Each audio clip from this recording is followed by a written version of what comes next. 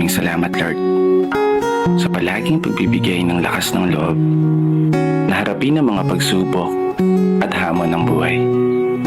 Asahan mo, palagi kong pipiliin ang magpatuloy, gaya ng pinangako ko sa'yo. Basta ikaw na po ang bahala sa akin at sa pamilya ko.